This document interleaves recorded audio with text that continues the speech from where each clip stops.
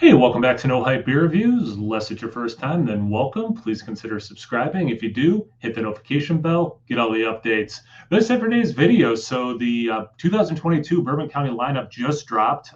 It's funny, I was outside painting windows, second floor, so I was up on a ladder all day, wasn't checking my phone, trying to beat this, do different sides of my house before the sun was going to come over because it's 90 degrees. And when I did finally check my phone, a lot of people messaged me, "Hey, it dropped. Did you see it? What are your thoughts?" A couple people even said, "You better make a video." Here is said video. So I have the tabs pulled up for each beer. So I'm going to just go through what that was. It seven of them. One, two, three, four, five, six. Yeah, seven of them. I've looked very minimally just to open these tabs. So pretty excited about two of them for sure. And you probably, if you know what the seven are, you know which two I'm talking about already. So I have the tabs up. I think I figured out how to do this the best way. We just make sure, yeah, click that and then share screen. I want to go to tabs and all right. So hopefully you see me still. I'm down here and I'm in the way of the text. So I thought this was interesting about the regular. I wanted to start with the regular. If I remember correctly, Four Roses is new, right? I'm thinking back to, was it 2 years ago, where they did, instead of blending the three different kinds of barrels in the Chicago area, they just randomly had some that were only in Heaven Hills, only in Wild Turkey, and only Buffalo Trace. That makes me think that Four Roses is new this year. If you know better than I do, comment section below, please. Expect flavors of vanilla, dark chocolate, toffee, molasses, almond, and dried fruit. I think this is interesting too. They're committing to 14.3. Seems like they've been doing different ABVs. The theory I heard was that they were trying to, states that had different liquor law or alcohol laws have different ABVs, so they could sell those lower ones in states that have lower thresholds. I thought that was kind of interesting. But again, let me know if I'm wrong about Four Roses, this being the first year that this includes that in the blend. All right, so should be back to me, I think. Yeah, okay, cool. So this seems to be working okay, I think. All right, let's go on to the next one. Sorry, I gotta do this every single time. Should we just go to the one I'm the most excited about? Let's see if you figured it out. Boom, the Barleywine. So again, if you follow my channel a lot, especially when I talk about Bourbon County, I think it has been criminal that they have not done coffee and or Barleywine in a while. And I'm still having nightmares about that coffee Barleywine they released. I'm typically a big fan of Bourbon Counties or Goose Island's Bourbon Counties, and their variants, but that beer was an abomination. So excited that coffee and Barleywine are back and that they are separate things. But even more exciting is that this is a 2-year reserve Barleywine. So it's coming in at 17% alcohol. And for this reserve, we worked with our friends at Old Fitzgerald to obtain 3 exceptional sets of barrels of varying ages from the distillery's Old Fitzgerald's Bottled in Bond Decanter series. This reserve offers us a rare opportunity to highlight the distinct characteristics of our rich barley wine aged in 14-year, 16-year, ooh, this is awesome, 17-year-old barrels of an amazing bourbon pedigree. Bringing back our classic English-style barley wine. English-style barley wines are my favorite kind of barley wines. For the first time since 2018, we knew this was going to be something special. Our 2-year barley wine reserve evokes the rich intricacies from that of Old Fitzgerald's Bottled in Bond series for a velvety taste of rich malt entwined with notes of toffee, cherry, vanilla, fig, and almond.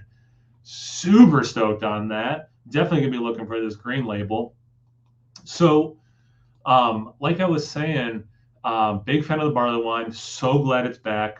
Kind of funny in my Facebook memories today was a picture I had posted 8 years ago, and it was a bottle share. A few of my buddies and I did. We had Utopias. We didn't drink the whole thing, and then we had whatever year Bourbon County, the regular, the coffee, and the barley wine, and it was so amazing to do those three at the same time, you know. And this is when the barley wine was still aged in the used Bourbon County brand stout barrels. So you got a little bit of that thread in there, which was really nice.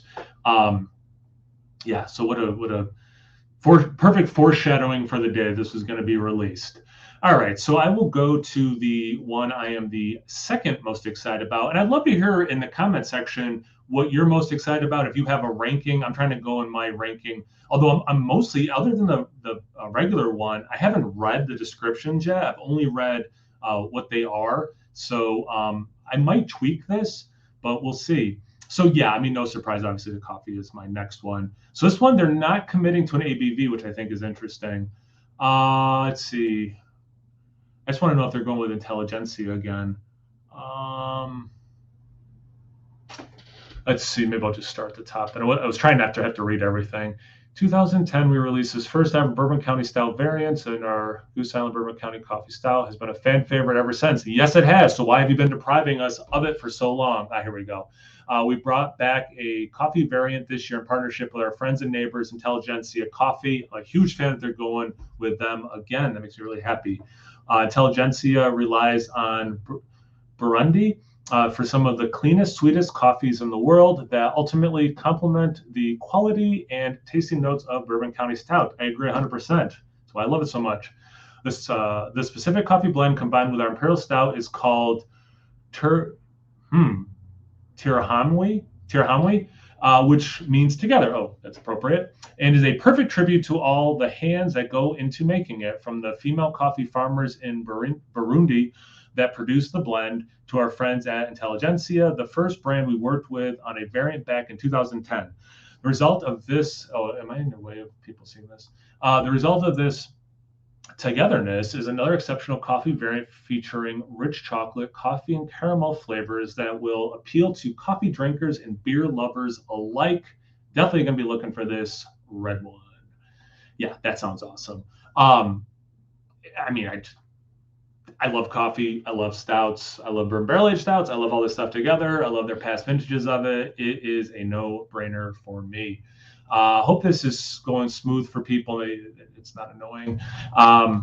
So this one, yeah, I thought this one was interesting based on the name. 14.4%, so they're committing to an ABV on this one. Bourbon County 30th Anniversary Reserve Stout. We created a special 30th Anniversary Stout to pay homage to the serendipitous union between Gregory Hall and Booker No. That then led to subsequent years, variants, and traditions, from Black Friday lines to bottle shares and more. Appropriate, I was just talking about a bottle share.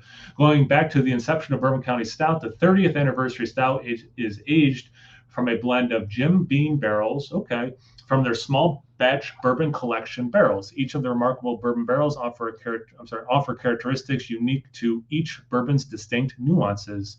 They are then blended together for a complex and balanced expression that celebrates the heritage and legacy of both brands. And as history would have it, Jim Beam launched their first ever small batch bourbon collection 30 years ago.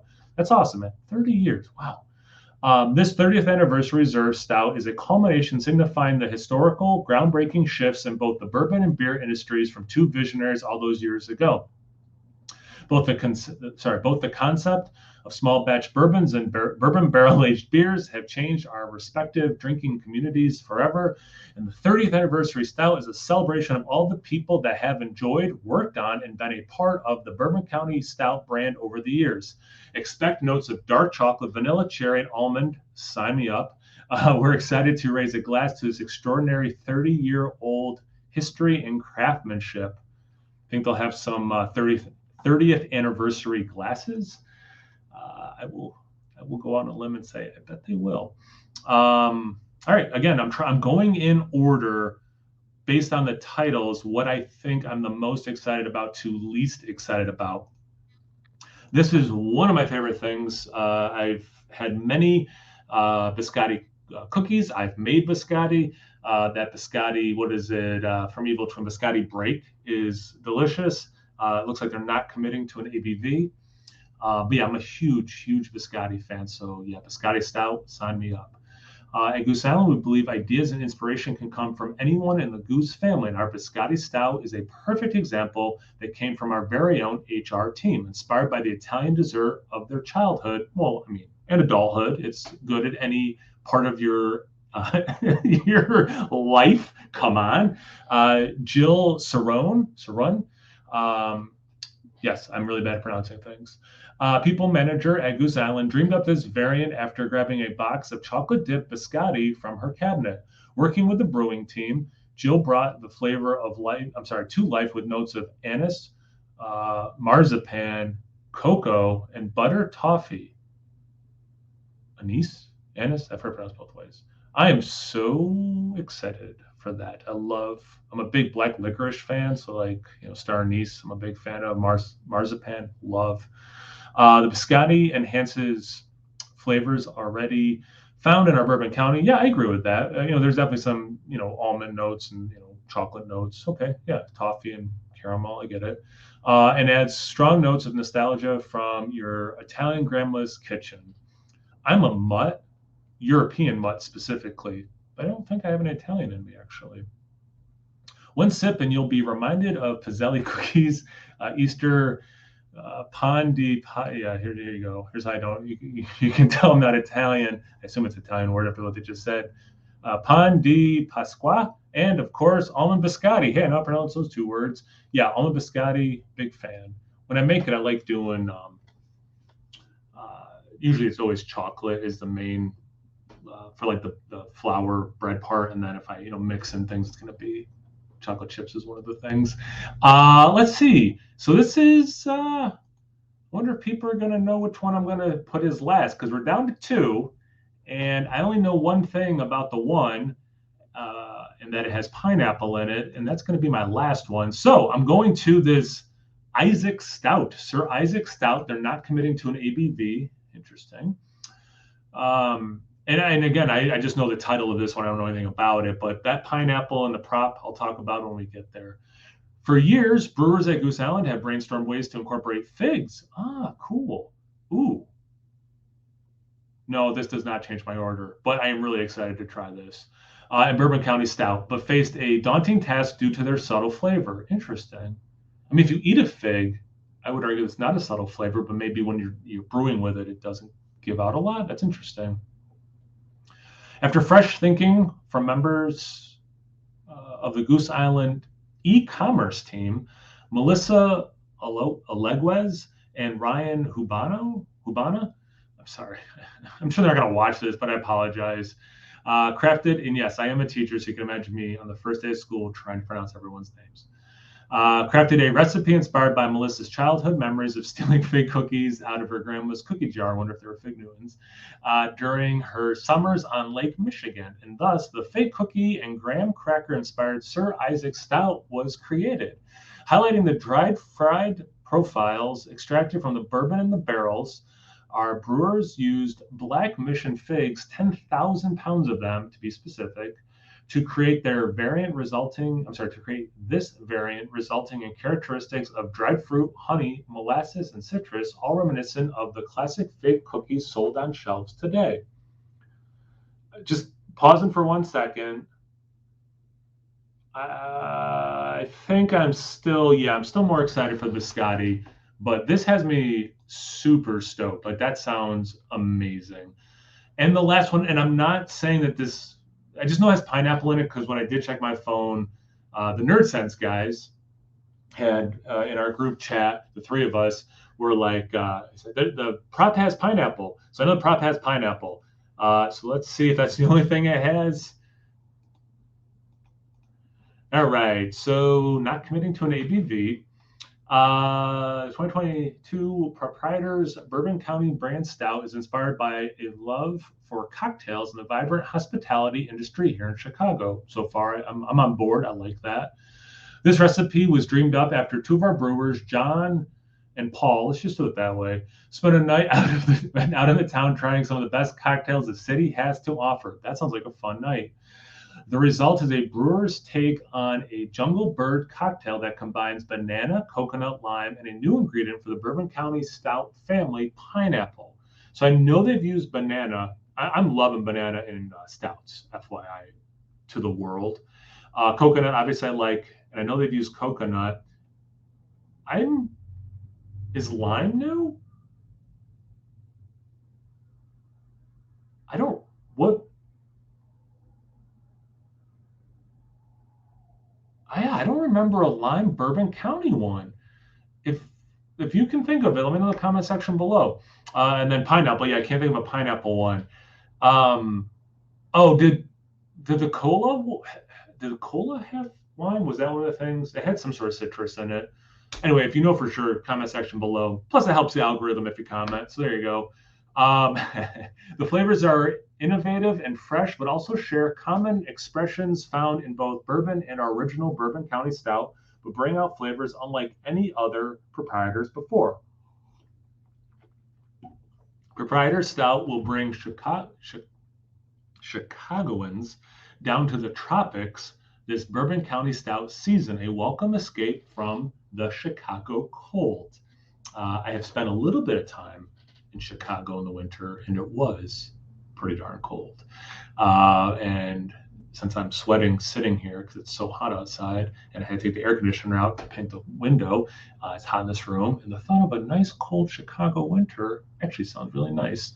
But no one turned on this video, clicked on this video to hear me talk about how hot I am. So yeah, now having read all the descriptions poorly, that is my order from.